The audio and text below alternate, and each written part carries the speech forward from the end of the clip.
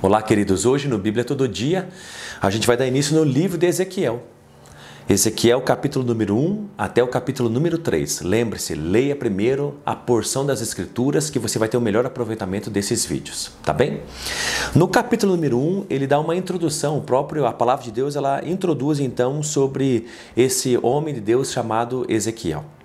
A Bíblia dá informações interessantes, eu quero ler para você o verso número 1 e verso número 2. No 5º dia do 4º mês do 30º ano, eu estava entre os exilados. Então, olha que informação importante que aqui Ezequiel, esse homem chamado por Deus para ser profeta, ele está dando de informação. Eu estava entre os exilados. Essa informação a gente precisa parar agora e pensar um pouquinho. O que ele está dizendo? Ele está dizendo que ele não está em Jerusalém, ele não está em Israel, ele está na Babilônia.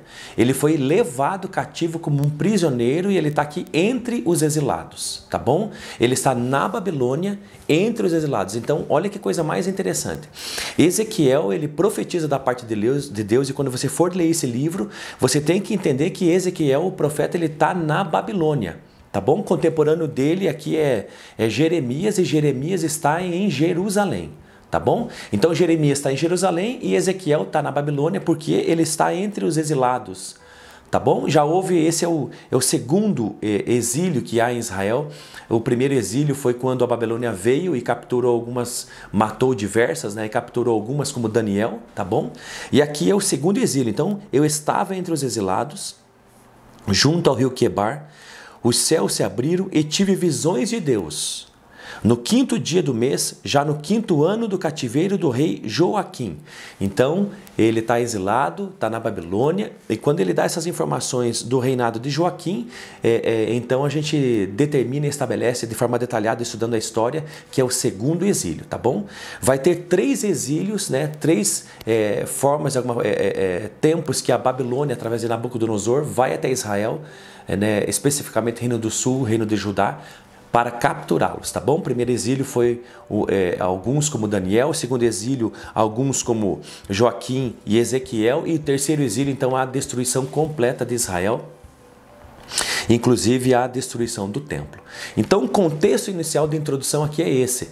Ezequiel, ele está vivendo então na Babilônia, no cativeiro, ele está entre os exilados, entre os escravos, entre os prisioneiros. E é lá que então ele vai manifestar essa vontade de Deus ao povo de Deus, aos hebreus. Tá bem? E aí diz o verso número 3, uma outra coisa importante. E a palavra do Senhor veio a Ezequiel, filho de sacerdote Buzi. Outra coisa importante. Por que importante? Porque Ezequiel é filho de sacerdote.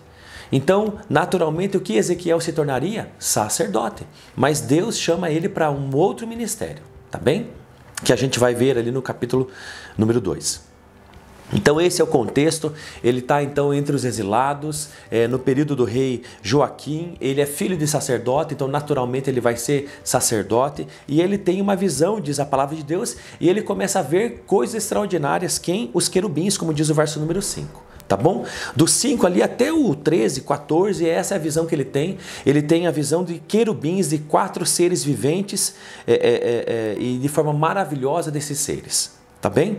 Que tem aparência e semelhança de homem, tem um rosto, né, como o de homem, o de águia, enfim. Ele vê então os querubins, rosto de boi, rosto de leão, e é isso que ele está vendo, ele está espantado com tudo isso, é uma visão que o próprio Deus permite que ele tenha. Por que ele está tendo essa visão ainda no final do capítulo número 1?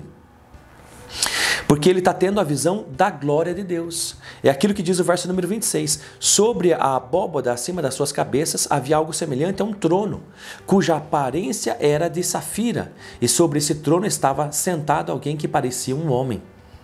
E vi que da cintura para cima parecia metal brilhante, cheio de fogo, e da cintura para baixo havia um fogo que brilhava ao seu redor. Então lá no verso número 28 vai dizer, essa era a aparência da glória do Senhor. Então a introdução foi feita, Deus dá uma visão a Ezequiel no capítulo número 1, e essa visão é da glória de Deus. Olha que coisa mais interessante, ele não vê Deus no seu rosto. como Deus é, mas ele vê várias coisas dessa glória de Deus. Ele vê os querubins, ele vê o trono, ele tem uma compreensão de alguém sentado no trono, vê que esse alguém é como se fosse da cintura para baixo de fogo, da cintura para cima como o sol brilhante. Então ele vê a glória de Deus e não necessariamente o rosto de Deus, porque Deus não permite que o seu rosto seja visto, porque o homem não resiste a isso. Então o que o homem vê, no caso aqui Ezequiel, ele vê aquilo que Deus permite, que é o trono de Deus e o que está ao redor desse trono, o arco-íris, essa glória toda é a glória de Deus que Deus quer mostrar para ele. Por que Deus quer que ele veja a glória de Deus? Porque Deus vai chamar ele para uma coisa especial, diz o capítulo número 2. E aí quando ele vê essa aparência da glória do Senhor, olha o que aconteceu com Ezequiel. Quando vi isso, caí com o rosto em terra e ouvi a voz de quem falava. Então, qual foi a reação quando ele viu a glória de Deus? Ele caiu como morto, né? Como Isaías, que viu a glória de Deus, né? Ele viu também o trono de Deus, ele disse, ai de mim, porque vi a glória de Deus. Então, ele vê a glória de Deus e a reação que ele tem, ele cai como morto. E no capítulo número 2, então, ele tem um chamado. Diz o versículo número 3 do capítulo número 2. Ele me disse, né, o Senhor, né, Deus, filho do homem, eu te envio aos israelitas. Então é uma missão, Deus está levantando Ezequiel para levar ou enviar ele com uma missão para o povo de Israel. E aí diz características desse povo. É um povo rebelde, que se rebelou contra Deus, que transgrediu as suas leis e tem feito isso faz muito tempo até os dias de hoje, como diz o verso número 3, e no 4 diz obstinados e rebeldes. Então olha a forma como Deus olha para Israel. Lembre-se, parte de Israel está ainda em Jerusalém, no reino de Judá, lá com Jeremias sendo profeta, e parte está cativo na Babilônia, aonde Ezequiel é o profeta. Olha que coisa interessante. E Deus está derramando sobre Ezequiel, esse profeta do exílio, o coração de Deus em relação ao seu povo, que ele está lá no meio. É um povo obstinado, é um povo rebelde, é um povo que transgrediu as suas leis. E aí, olha o chamado, verso número 5. E esse povo rebelde, quer ouça, quer deixe de ouvir, saberá que um profeta esteve no meio dele. Então aqui Deus está chamando Ezequiel para um ministério profético, como um profeta. Lembre-se, Ezequiel ele é filho de sacerdote, então naturalmente ele seria um sacerdote. Mas Deus disse assim para ele, olha, embora o teu pai seja sacerdote, você vem da tribo de Levi, o natural é vocês serem sacerdotes, mas Ezequiel, você não vai ser sacerdote, você vai ser profeta. Olha que coisa mais interessante. E o ministério de sacerdote, ele é um ministério mais fácil, assim, se eu posso dizer, de ser executado. Porque tem a ver com a liturgia do templo, de como buscar Deus, de como adorá-lo como ele pediu. Então, já sabe o que Deus quer que seja feito, então, de alguma forma, adora e faz culto a ele, através dessa forma como ele pediu. E profeta não, o profeta tem que se arriscar muito mais. Então olha que coisa interessante, Deus está chamando Ezequiel para um ministério profético onde ele se arriscaria muito mais. Teria que receber a vontade, a palavra de Deus e entregar e repartir e não omitir nada aos destinatários. Então aqui o capítulo número 2 vai falar sobre esse chamado do profeta. Olha que coisa mais interessante, que eu lendo a Bíblia, isso me dá tanta alegria perceber esses detalhes da Bíblia, porque ele é chamado, ele é filho de sacerdote, naturalmente seria sacerdote, mas ele é chamado a profeta. Aonde ele está entre os exilados não tem templo. Como ser sacerdote no lugar onde não há templo? Perde o sentido. Olha que coisa mais linda perceber isso na Bíblia. Talvez seja uma das coisas por que Deus chamou ele para profeta. Então saiba de uma coisa, eu faço várias aplicações aqui. Você não pode ficar só obeso ou engordando espiritualmente dentro das igrejas e dentro do corpo de Cristo. Você precisa trabalhar. Deus chamou Ezequiel aqui para um ministério profético. Saiba que Deus está te chamando também para algo, para você trabalhar para Ele. Eu não sei se é profético, eu não sei se é pastoral, se é mestre, se é um evangelista, se é um líder, se é um empresário, se é um político, se é uma mãe que vai cuidar tão bem da sua casa, da sua família e vai gerar pastores de tão bem que vai educar os filhos na educação cristã, na palavra de Deus. Eu não sei. Eu só sei que todos os filhos de Deus trabalham para Deus e têm um propósito específico, um dom que Deus quer manifestar e que seja descoberto e desenvolvido. Descubra o seu. Trabalhe para Deus. Não fique só se alimentando das coisas de Deus e só se enchendo, não, você vai engordar espiritualmente, você precisa doar aquilo que Deus tem derramado na tua alma, no teu espírito, na tua vida. Então se envolva com o seu pastor, se envolva no ministério, não importa se há atrito em ministérios, claro que há, porque há a relação com pessoas, mas desenvolva aquilo que Deus tem colocado, te chamado, descubra isso se você ainda não percebeu essas coisas, porque sabe de uma coisa, Deus tem nos chamado a todos. Outra coisa importante, aquilo que Deus precisa desenvolver no teu coração, na tua vida como ministério, precisa suprir a necessidade. No caso aqui entre os cativos, Ezequiel não precisava ser sacerdote porque não havia templo. Então, de alguma forma, ele então se levanta como profeta chamado por Deus, porque isso seria muito necessário. E a Bíblia diz que, o verso número 5, esse povo rebelde quer ouça, quer deixe de ouvir. Esse é um versículo, ou é uma coisa que Deus repete muito. Vou te levantar, Ezequiel, como profeta no cativeiro babilônico para o meu povo, mas eu vou te dizer uma coisa, esse povo é rebelde. E você vai falar com eles porque eu vou te dizer, mas quer ouçam ou quer deixem de ouvir. Está no verso número 5, está no verso número 7, quer ouçam ou quer deixem de ouvir. Está no verso número 11 do capítulo número 3, está no verso número 27 do capítulo número 3. Então são várias vezes que Deus manifesta essa mesma expressão. Por quê? Porque Deus está demonstrando, quer ouça ou quer deixe de ouvir, é juízo que Deus está dizendo. Eu vou falar com você e você vai transmitir isso ao povo e são palavras de juízo. E quer eles ouçam ou não, o juízo virá. Então esse é o contexto inicial do livro de Ezequiel, né? Essa visão inicial, onde ele está, nessa introdução, o chamado dele no capítulo número 2. E no final do capítulo número 2, Deus vai dizer para ele uma coisa interessante, come o livro. Come um rolo, né? Diz ali no verso número 9, olha, existe algo que eu vou colocar na tua mão e nela estava um rolo de um livro. Ele abriu diante de mim e o rolo estava escrito por dentro e por fora e nele estavam escritos lamentos, prantos e ais. Então olha que coisa interessante, existe um rolo, um escrito, um livro da parte de Deus e Deus disse então para Ezequiel comer desse livro. E é assim que começa o capítulo número 3.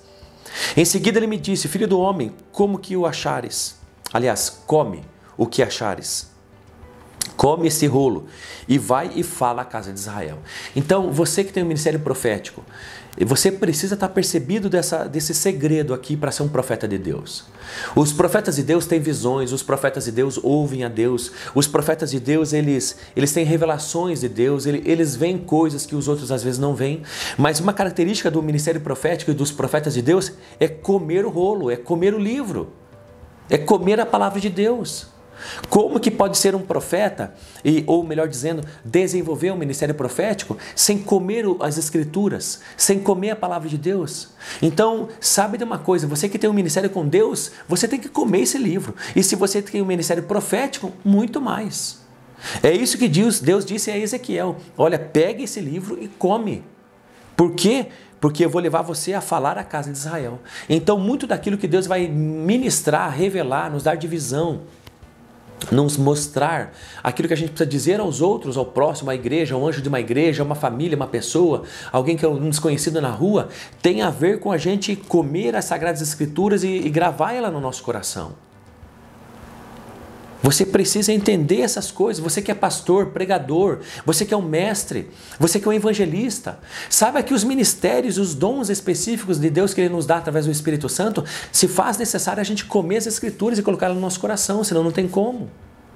E então é isso que ele faz, ele come esse livro e na sua boca ele tem gosto de mel e a palavra de Deus ele é maravilhosa. E Deus então envia ele à casa de Israel e chama a atenção dele, olha, você vai a um povo e esse povo ele é rebelde, ele é obstinado, ele virou as costas para mim, ele se rebelou contra os meus estatutos, mas não tenha medo.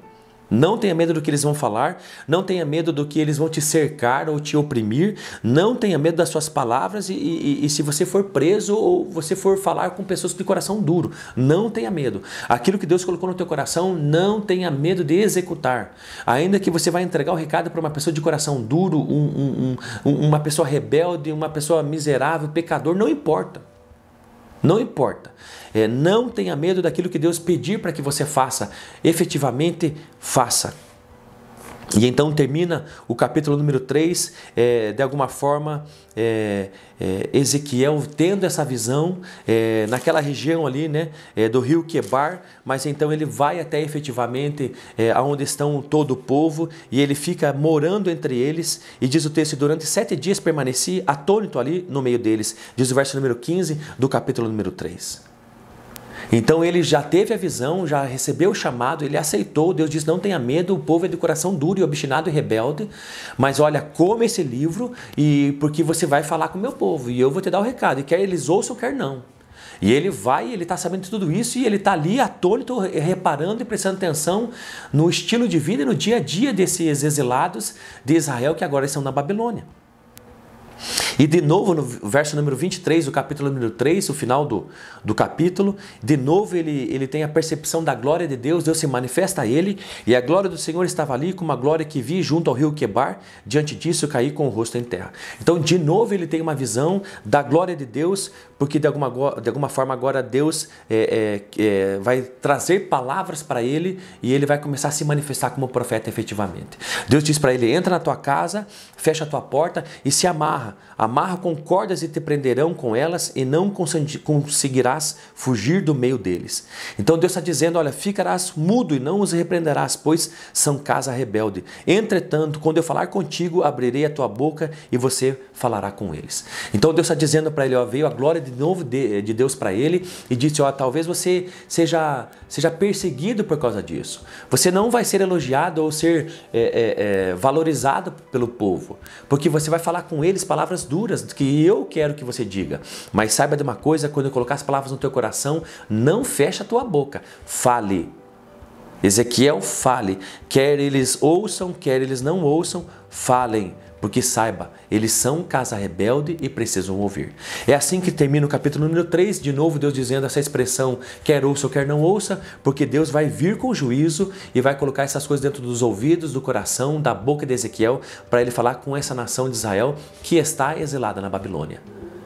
Deus te abençoe muito e eu estou ansioso para o próximo vídeo porque é impressionante. Fique com Deus.